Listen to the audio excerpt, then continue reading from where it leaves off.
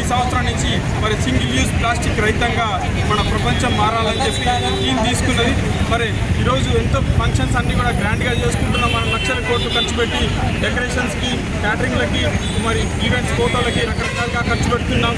మనం పర్యావరణ రహితంగా మన వేడుకల్ని జరుపుకోవడం ద్వారా మనం భూమికి, భూమాతకు మేలు చేసిన వారం తప్పకుండా అవుతాం. మరి పర్యావరణ పరిరక్షణకు బాధ్యులుగా ప్రతి ఒక్కరూ ఉండాలి. నేను పని చేస్తే అయిపోతుందా, మరి ప్రభుత్వాలు తీసుకొని వచ్చినటువంటి నిర్ణయంలాగా ఆలోచించకుండా ప్రతి ఇంటి నుంచి కూడా పర్యావరణ పరిరక్షణ ఒక ఉద్యమంలాగా మారాల్సిన అవసరం ఉంది. మరి ఈరోజు బయటికి వెళ్తున్నామంటే ఖాళీ చేతులతో వెళ్తున్నాం. ఒకప్పుడు చేతి సంచితోనే తప్పకుండా బయటికి వెళ్ళాం. మరి ఈ రోజు నుంచి సూర్యాపేటలోని ప్రతి ఒక్కరు కూడా ఇంటి నుంచి బయలుదేరేటప్పుడు చేతి సంచితో బయలుదేరి బయట ప్లాస్టిక్ కవర్లను తిరస్కరిస్తారని కోరుకుంటున్నాను. మరి ఈరోజు ఇంకుడు గుంటలు నిర్మించుకోవాల్సిన ఆవశ్యకత ఎంతో ఉంది. మన ఇంటిని కోట్లు పెట్టి నిర్మించుకుంటున్నాం, లక్షలు పెట్టి నిర్మించుకుంటాం. కానీ ఒక 10 నుంచి 15,000 రూపాయలు ఖర్చు అయ్యే ఇంకుడు గుంతకు వెనకాడుతున్నాం. దీనికి ఖర్చు ఎందుకని చెప్పి. కానీ అదే ఎండాకాలంలో అయితే ట్యాంకర్లతో నీళ్లు తెప్పించుకొని తాగాల్సిన పరిస్థితిలో ఉన్నాం. మరి ఒక ట్యాంకర్ 6,000 నుంచి 10,000 రూపాయలు తీసుకుంటున్న పరిస్థితి ఉంది. ఒక ఎండాకాలంలో మనం ట్యాంకర్ల కోసం ఖర్చు పెట్టేటువంటి ఖర్చుని మన ఇంకుడు గుంతపై ఖర్చు పెట్టడం ద్వారా మన ఇంటికి కావాల్సిన భూగర్భ జలాల్ని మన ఇంట్లోనే కాకుండా మన ఇంటి చుట్టుపక్కల వారికి కూడా భూగర్భ జలాల్ని పెంచే అవుతాం.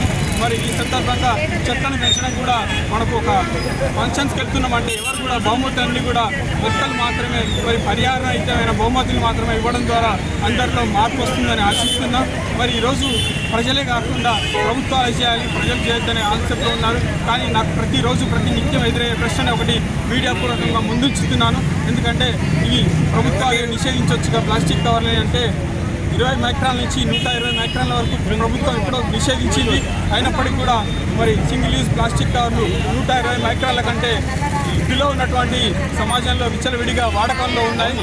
మరి ఇవన్నీ కూడా వాడకం నుంచి ఈ 120 మైక్రాన్లకు ప్లాస్టిక్ కవర్లు కూడా అన్నీ నిర్మూలించబడాలంటే ప్రతి ఒక్క ప్రభుత్వాధికారి కావాల్సినటువంటి చర్యలు తీసుకొని మరి పర్యావరణ హితంగా మరి ప్లాస్టిక్ కవర్లు అందుబాటులో లేకుండా రీసైకిల్, రెడ్యూస్, రీయూస్ అనే విధంగా రీసైకిల్ వెళ్ళేటువంటి పాలిథిన్ కవర్స్, ప్లాస్టిక్ వస్తువుల్ని వాడే విధంగా సమాజాన్ని ప్రతి ఒక్క అధికారి చైతన్యవంతం చేయాల్సినటువంటి అవసరం ఉంది. ఈ సందర్భంగా మరి మీడియా ప్రతినిధులకి, ఈ సమావేశానికి ఇచ్చేసిన పోలీస్ అధికారులకి ప్రతి ఒక్కరికి హృదయపూర్వక ధన్యవాదాలు, కృతజ్ఞతలు.